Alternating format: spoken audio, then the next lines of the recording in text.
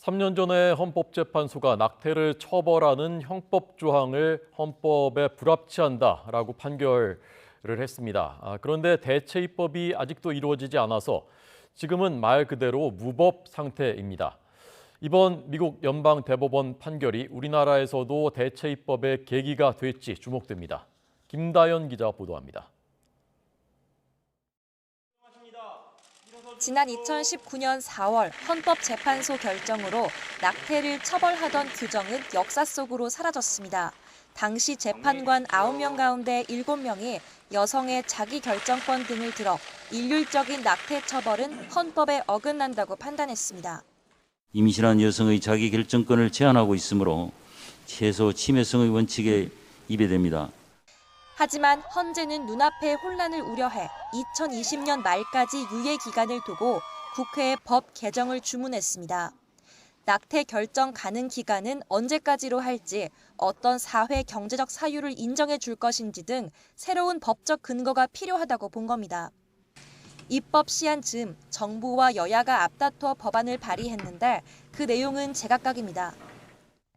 법무부는 낙태죄를 유지하는 대신 임신 초기인 14주까진 처벌하지 말자는 내용의 개정안을 내놨습니다.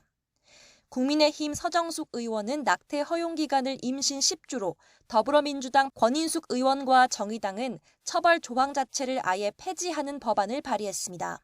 임신 중단 여성과 의료인에 대한 처벌을 완전히 폐지하여 임신 중단이 더 이상 범죄의 영역에서 다뤄지지 않도록 해야 합니다. 그러나 국회가 1년 반 동안 손을 놓다시피 해 입법 시한은 지나갔고 지금은 그야말로 무법 상태가 돼버렸습니다. 검찰 관계자는 사실상 처벌 규정이 사라지면서 수사도 기소도 할 수 없는 상황이라고 설명했습니다. 낙태했다고 해서 형법상 처벌을 받진 않지만 그렇다고 해서 모든 낙태를 합법이라고 할 수는 없는 모호한 상황이 이어지고 있는 겁니다. 이런 가운데 최근 미국 연방대법원이 낙태권을 보장해왔던 판례를 폐기하면서 국내 입법 논의에 불이 붙을지 주목됩니다. 오히려 낙태를 둘러싼 논의가 후퇴하는 것 아니냐는 우려도 있지만 미국 판결과 우리나라 헌재 결정이 임신 기간에 따라 예외를 두려 한다는 점에서 일맥상통한 부분이 있다는 평가도 나옵니다.